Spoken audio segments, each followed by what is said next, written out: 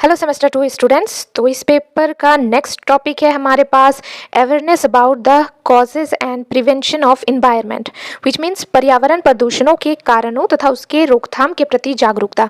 इसके पहले वाले इंपॉर्टेंट क्वेश्चन देखना चाहते हो तो नीचे लिंक है डिस्क्रिप्शन बॉक्स में, उसको क्लिक करके चेक कर सकते हो। साथ ही साथ अगर आप ऑनर्स आपका ऑनर्स पेपर मैथमेटिक्स है देन उसका भी लिंक आपको डिस्क्रिप्शन बॉक्स में मिल जाएगा, तो पूरा प्लेलिस्ट को सेव कर लेना। अगर कुछ भी हेल्पफुल लगता है तो लाइक कर देना, शेयर कर देना। चैनल से नहीं जुड़े हो तो सब्सक्राइब कर लो, ठीक है। देखो, सबसे पहले जानते हैं कि पर्यावरण प्रदूषण होता क्या है, ठीक है। देखो, वायु, जल एवं स्थल की भौतिक, रासायनिक एवं जैविक विशेषताओं में होने वाला वो अवांछनीय परिवर्तन जो मानव और अन्य जंतुओं जैसे पेड़ पौधों को हानि पहुंचाता है, उन्हें हम पर्यावरण प्रदूषण कहते हैं। मान लो जल में कोई अवांछनीय परिवर्तन कैसे आ सकता है, जल में कोई इम्प्योरिटी फैल रही है, ठीक है, तो वो जल प्रदूषण हो जाएंगी। वायु में हो सकता है कोई गैस की मात्रा बहुत अधिक हो रही है, कोई बहुत घट रहा है, तो ये भी वायु में अवांछनीय परिवर्तन है जो हमारे लिए यानी मानव और जीव जंतुओं के लिए हानिकारक है। ऐसे ही स्थल में कोई परिवर्तन आ रहा है, ऐसे ही स्थल का भी प्रदूषण होता है, ठीक है, मृदा अपरदन ऐसे, ठीक है। तो इन सारे तमाम अवांछनीय परिवर्तन जो है, हमारे अवांछनीय परिवर्तन को हम पर्यावरण प्रदूषण कहते हैं। अब हम लोग देखते हैं पर्यावरण प्रदूषण के कारणों के बारे में। सबसे पहला औद्योगिकरण। देखो, औद्योगिकरण उद्योगों से निकलने वाला कचरा वायु और जल दोनों को क्या करता है, प्रदूषित करता है, दोनों का प्रदूषण का कारण भी बनता है। उद्योगों से निकलने वाला धुआं जो कि हवा को प्रदूषित करता है और अम्लीय वर्षा के लिए भी जिम्मेदार है। उद्योग से जो धुआं निकलती है वो तो एक तो वायु को प्रदूषित करती ही है, साथ ही साथ अम्लीय वर्षा भी उसी के कारण होती है। औद्योगिक अपशिष्ट जो पानी में बहा दिए जाते हैं, उद्योग से निकलने वाले जो अपशिष्ट पदार्थ होते हैं उन्हें पानी में बहा दिया जाता है। उससे क्या होता है कि पानी भी प्रदूषित हो जाती है और पानी के अंदर जितने भी जलीय जीव है उन्हें नुकसान पहुंचता है, साथ ही साथ हमें भी नुकसान पहुंचता है। जैसे कि पानी के अंदर मछली है, अब मछली उससे प्रभावित होती है और फिर हम मछली को खाते हैं, हम प्रभावित हो जाते हैं और जलीय जीवन का नुकसान पहुंचाते हैं। चलिए, नेक्स्ट कारण जो है आधुनिकीकरण है। आधुनिकीकरण ने अपनी प्रक्रियाओं से अनेक प्रकार की विषाक्त गैसों, धुआं एवं विषाक्त रसायन युक्त पदार्थों के माध्यम से जल, थल एवं वायु सभी को प्रदूषित कर दिया है, जिससे पर्यावरण प्रदूषण हो गया है। जैसे कि फॉर एग्जांपल हमारे को एक छोटा डिस्टेंस ट्रेवल करना है तो उसमें हम साइकिल से ट्रेवल कर सकते हैं, लेकिन हम क्या करते हैं, मोटरसाइकिल या फिर बाइक या फिर कार से ट्रेवल करते हैं, जिससे कि प्रदूषण होता है। तो ये है आधुनिकीकरण, और भी तमाम चीज़ें इसके पीछे वर्क करती है जो प्रदूषण का कारण बनती है। तीसरा है रसायनों का प्रयोग। रासायनिक उर्वरक और कीटनाशक मिट्टी की उर्वरता को नुकसान पहुंचाते हैं। जीवाश्म ईंधन के जलने से जहरीली गैस निकलती है जो बाद में अम्लीय वर्षा और ग्लोबल वार्मिंग में बदल सकती है। ये सब पर्यावरण प्रदूषण फैलाती है। जैसे कि देखो, जब कभी भी हम लोग क्या करते हैं, रसायनों का उपयोग करते हैं फसलों में, है ना, क्या करते हैं, यूरिया, ठीक है, ये सब यूज़ करते हैं जो कि हमारे मिट्टी को प्रदूषित करता है। साथ ही साथ हम क्या कहते हैं कि कीटनाशक का भी प्रयोग करते हैं। फसलों में जो कीड़े लग जाते हैं उसको हटाने के लिए हम कीटनाशक रसायनों का उपयोग करते हैं जो कि बुरी तरीके से मिट्टी को प्रभावित करता है। साथ ही साथ जो जीवाश्म ईंधन है, जैसे कि अब आपने देखा होगा ना, गोबर का उपला, है ना, लकड़ी, ये सब जीवाश्म ईंधन है जो जिसको हम जलाते हैं, कोयला जिसको जलाते हैं, तो इससे काफ़ी जहरीली गैसें जो है वो उत्पन्न होती है जो हमारे वायु को प्रदूषित करती है। एक तरह से हमारा पर्यावरण का प्रदूषण होता है।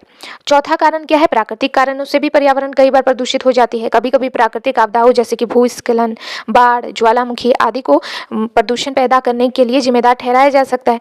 वे मिट्टी के कटाव जैसे मिट्टी का अपरदन, जल प्रदूषण आदि के लिए जिम्मेदार होते हैं और इस तरह से पर्यावरण प्रदूषण फैलता है। जैसे कई बार बाढ़ आ गया, ठीक है, तो मिट्टी का अपरदन हो गया। कई बार मान लो ज्वालामुखी फटता है, कई बार जो बुरी तरीके से पर्यावरण को प्रदूषित कर देता है।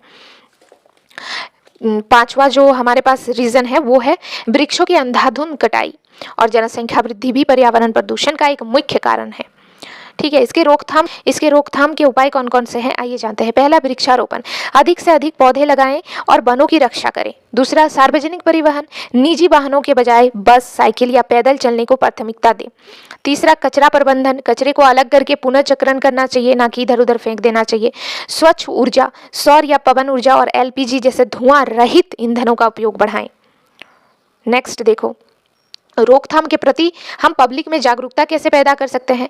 पहले तो सामुदायिक अभियान चलाने की ज़रूरत है। विद्यालयों और स्थानीय स्तर पर पर्यावरण संरक्षण पर नुक्कड़ नाटक और रैलियाँ आयोजित की जानी चाहिए, जिससे कि अधिक से अधिक पब्लिक इससे कनेक्ट हो पाए और जागरूकता बढ़े।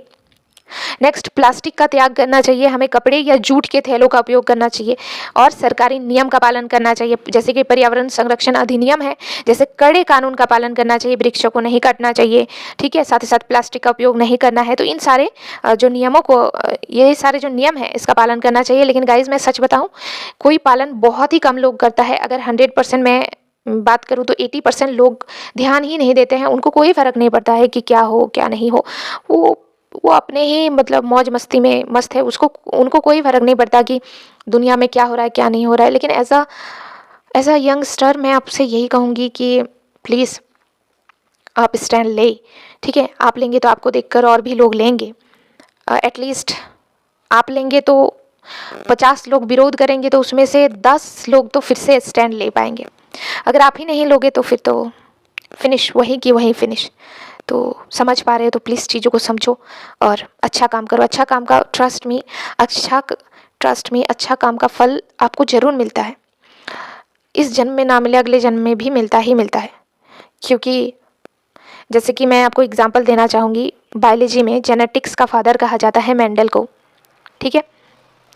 इन्होंने क्या किया था, बहुत ही महत्वपूर्ण रिजल्ट्स निकाले थे बायोलॉजी से रिलेटेड, मटर के पौधे में एक्सपेरिमेंट करके। और उन्होंने एक लोकल पत्रिका में छपाया भी था। बट तब ना लोग इनको रिजेक्ट कर दिया सभी लोगों ने, और इनका खूब मजाक उड़ा। पता है इनकी डेथ भी हो गई, फिर भी किसी को पता नहीं चला कि इन्होंने कितने सारे इंपॉर्टेंट रिजल्ट्स निकाले। लेकिन इनके डेथ के बाद फिर से 3 साइंटिस्ट ने इनके कामों को देखा, उनको मतलब इनके हाथों उनका काम लगा, फिर देखा कि मेंडल ने एप्रोप्रिएट रिजल्ट्स दिए हैं। और आज जेनेटिक्स, इनके योगदान के बिना कोई जेनेटिक्स में कुछ कर ही नहीं सकता है। तो अब आप कहोगे कि इनके जिंदा रहते तो लोगों ने कभी इसका सपोर्ट किया नहीं, है ना। लेकिन देखो, मौत के बाद इनको जो रिकग्नाइज मिले, आज मेंडल नहीं मरा है, मेंडल बहुत दिन पहले ही डेथ हो चुकी है उनकी, लेकिन आज भी हम मेंडल देख रहे हैं और बोल रहे हैं, है ना। तो वही है कि आप अच्छा काम करते रहिए। सहना बहुत ज़रूरी है, बिकॉज बिना सहे आप कुछ नहीं कर सकते हो। सो थैंक यू गाइस, बाकी आप समझदार हो। Thank you.